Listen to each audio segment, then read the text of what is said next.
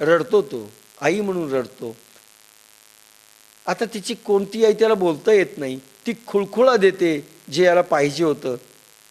तो पाहतो, थोडं घेतो आणि फेकतो, कारण त्याला आई आठवते. पुन्हा मोटर देते ती घेऊन, ही मोटर घे. तो पुन्हा थोडं पाहतो आणि फेकून देतो, नाही मला आई पाहिजे. ती म्हणते राजपाळण्यात त्याला जे जे हवं होतं ती ती वस्तू ती ती माणसं आणून देतात, तो रमत नाही. का? कोणतं आहे ते? कन्या सासुरासी जाये, मागे परतोनी पाहे, तैसे झाले माझ्या जीवा, कधी भेटसी केशवा. चुकलिया माये बाळ हुरु हुरु पाहे. माय जर चुकली तर बाळ हुरहुर हुरहुर करतं, पाहत. त्याला कुठलीच वस्तू नको आहे. आईपेक्षा सुंदर स्त्री तिला घेते, पण ती पण तिला नको आहे. नाही, माझी आईच पाहिजे. या वस्तूत मला रममान मी होत नाही. तशी ही त्या आपली आत्मचेतना ब्रह्मचेतनेमध्ये गेल्याशिवाय रममान काय म्हणतात त्याला, त्या आत्मसागरात म्हणजे विश्वसागरामध्ये बुडी दिल्याशिवाय ब्रह्मचेतनेच्या शांत होणार नाही, आनंद होणार नाही तिला. आणि खरा आत्मानंद तिथे आहे, आपण बाहेर शोधतोय. आणि मग मरता वेळेस लक्षात येतं, जिथं शोधलं तिथे आनंद नव्हता. जे शोधायला पाहिजे होतं ते संपलं. वाटतं पैशात सुख आहे, पण पैसेवाले किती सुख आहेत, सुखी आहेत. वाटतं बायकोच सुख आहे, त्यांना विचारा किती सुखी आहेत. आपल्याला माहिती नसेल, आपल्याला माहिती आहे किती सुख आहे. नवऱ्यात सुख आहे, माहिती आहे किती सुख आहे. मोर मोर मोर मी राबायली, मला काय मिळालं असं म्हणलेच नसते बाया. कुठे सुख आहे, तिथे सुख आहे. म्हणून जे संसार विसरले आणि समाधीस्थ अवस्थेमध्ये आनंदाचे डोही परमनंट आनंदामध्ये तरंगत आहेत, तिथे मन शांत होतं. तिथे हा बालक शांत होतो. मनरूपी बालक, ती माता ब्रह्मचेतना मिळाल्यानंतर शांत होतो तिच्या कुशी आणि सगळं सोडतो. तो नको मला संसार, कारण खरा आनंद तिथे. आईच्या पदरात जो आनंद आहे त्याला कुठेही तो मिळत नाही, अशी भावना होते. तसं अर्जुनाला सांगितलंय, अर्जुना तू याच्यात रममान होऊ नको. ब्रह्मचेतना ही आई आहे, तिच्या पदराच्या तिथे जा. एका गुणानुवाद करिता उपरती होवोनी चित्ता, निरवधी तल्लीनता निरंतर. परमप्रेमी भक्तापैकी एक गट असा आहे की श्रीहरीचे गुण गाता गाता चित्ताला आत्म्याकडे गोड मोड मिळून निश्चिम अखंड तन्मयता येते.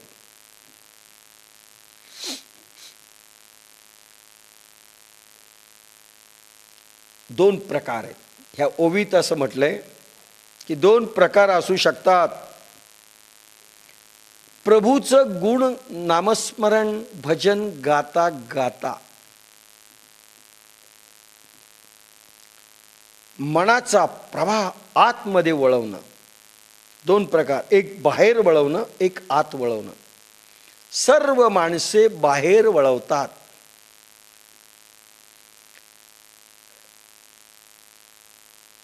जनरल माणसांचा देव कुठे असतो? बाहेर, मंदिरात, घराच्या देवघरात. पहा, भजन करायला आपण समोर एक मूर्ती फोटो ठेवतो. भजन करायलाही आपण फोटो ठेवतो, मूर्ती ठेवतो, त्याला आळवतो. म्हणजे देव कुठे?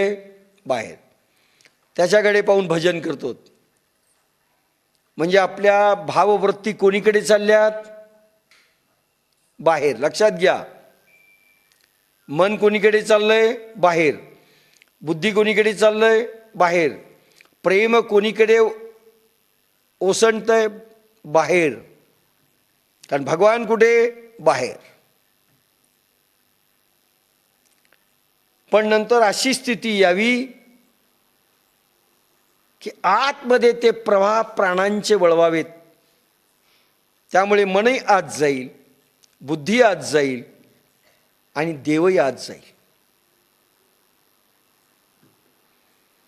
सुंदर ते ध्यान उभे विटे वरी, करकटावरी ठेवूनिया. सुंदर ते ध्यान उभे विटे वरी. विठ्ठल पांडुरंगाची मूर्ती जरी तिथे बसवली ती कशी आहे माहिती आहे? ध्यानस्थ मूर्ती. ती दाखवते तुम्ही पण ध्यान करा. सुंदर ते ध्यान उभे विटे वरी, करकटावरी ठेवूनिया. खरं म्हणजे कमरेवर हात दिलेत म्हणजे खाली संसार आहे. तुळशी हार गळा कासे पितांबर, आवडे निरंतर हेची ध्यान. ध्यान करायला मूर्ती सुंदर आहे. ध्यानस्थ मूर्ती ध्यान करायला सुंदर आहे. निरंतर ध्यान म्हणजे काय? पंढरीच्या पांडुरंगाचं दर्शन घेतल्यानंतर डोळा भरून मूर्ती डोळ्यात साठवायची. घरी आल्यानंतर रात्र दिवस ती मूर्ती आठवायची. आठवायचं आणि ध्यान करायचं. आपला बाळकृष्ण जर आपल्या पूजेमध्ये असेल, सकाळी पाहायचा आणि हृदयात मूर्ती साठवायची. पहिलं ध्यान. बाहेरचा देव आत आणायचा. अयोध्येचा राम आत, द्वारकेचा कृष्ण आत. पहिल्यांदा बाहेर पाहायचा, नंतर आत घालायचा.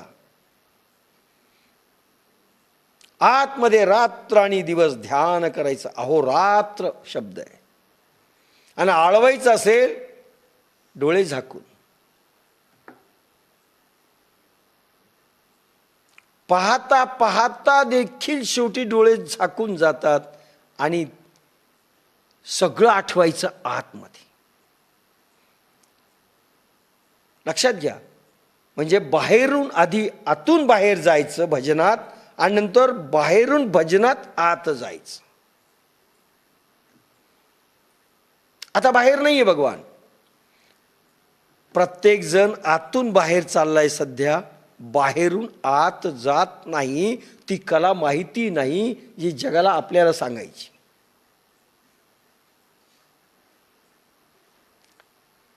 एकदा पांडुरंग रात्र आणि दिवस आपल्या डोळ्यासमोर उभा राहिला. लक्षात घ्या. एकदा भगवान रात्र आणि दिवस आपल्या डोळ्यासमोर उभा राहिला. आता मूर्तीला पाहायची पुन्हा त्या गरज नाही. साठविला राहे हृदय संपुटी, बाहेर धाकुटी मूर्ती उभा. साठविला राहे हृदय संपुटी. बस डोळे झाकले की भगवान समोर. बाहेर धाकुटी मूर्ती उभा. म्हणून गोपिका गोकुळामधून वृंदावन मध्ये फक्त आहे आणि मथुरेला गोपालकृष्ण राहत आहेत. काही वर्ष राहिलेले आहेत. पण पुन्हा गोपिका मथुरेला गेल्याच नाहीत पाहायला. कारण भगवंताला त्यांनी हृदयात धारण केलंय. गोपालकृष्ण रात्र आणि दिवस गोपिकांच्या दृष्टीसमोर आहे, हृदयात आहे. प्रत्येक स्थितीत गोपिका पाहत आहेत. पाहायला जायची गरज नाही. हे भाव, ही भक्ती आणि हे भजन असं झालं पाहिजे. एका गुणानुवाद करिता उपरती खोबोणी चित्ता. भक्ती सांगू त्यावेळेचा डिटेल विषय घेऊ. परमप्रेमी भक्तापैकी श्रीहरीचे गुण गाता गाता चित्ताला आत्म्याकडे मोड मिळून गाता गाता गाता समोरचा भगवान अरे गायब झाला पाहिजे आणि इथे प्रगटला पाहिजे. समोर पाहता पाहता त्राटक होऊन अशी स्थिती झाली पाहिजे की भगवंत एक तर सगुण रूपात बाहेर प्रगटला पाहिजे आणि नंतर आत साठवल्या गेला पाहिजे.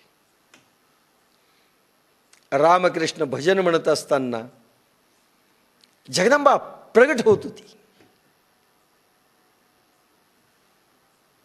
रामकृष्णानं थोडी हालचाल केलेली सहन नाही व्हायची. सांगेल कधीतरी उदाहरण. नाही सहन व्हायची.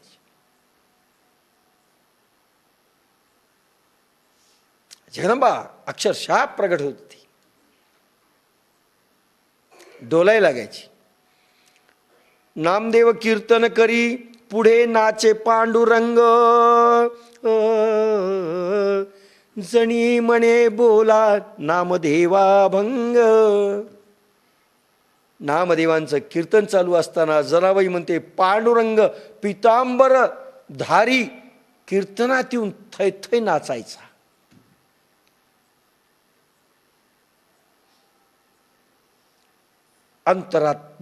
अंतरामधून भक्ती प्रेम एवढं प्रगटलं पाहिजे. बाहेरच्या ठिकाणी तो सगुणात प्रगटला पाहिजे आणि नंतर ते सगुण रूप आतमध्ये साठवलं की तो आतमध्ये दिसला पाहिजे. आत आणि बाहेर सारखा. आतमध्ये नंतर भाववृत्ती वळवायच्या. श्रीहरीचे गुण गाता गाता चित्ताला आत आत्म्याकडे मोड मिळून निस्सीम अखंड तन्मयता येते. अखंड तन्मयता. श्रीहरी गोविंद श्रीहरी गोविंद. आता बाहेर नाही, थोडे झाकलेले आहेत. श्रीहरी गोविंद श्रीहरी गोविंद. बाहेर नाही. तन्मयता, अखंड तन्मयता. भान विसरणं म्हणजे बाहेरून आत जाणं हा भजनाचा दुसरा मोड आहे. आणि नंतर शब्दही संपतात. मौन. मौन हे एक भजनाचा शेवटचा प्रकार आहे. मौन. पण इथे दिलेला नाही तो. पुन्हा कधी एका गुणानुवाद करीत उपरती होवोणी चित्ता निरवधी तल्लीनता निरंतर. निरवधी एवढी तल्लीनता होते की बस भान विसरून जातो. म्हणून म्हणलं ना रामकृष्ण परमहंस आरती करत असताना हात असा जळाला तरी भान राहिलेलं नाही. किती आत गेलेले. आणि आपल्याला सगळं भान असतं. तेलवात वर कर आरती करत असताना ती विझायली. बस झालं. 2 आरत्या संपल्या. 3री आरती आता करायची नाही.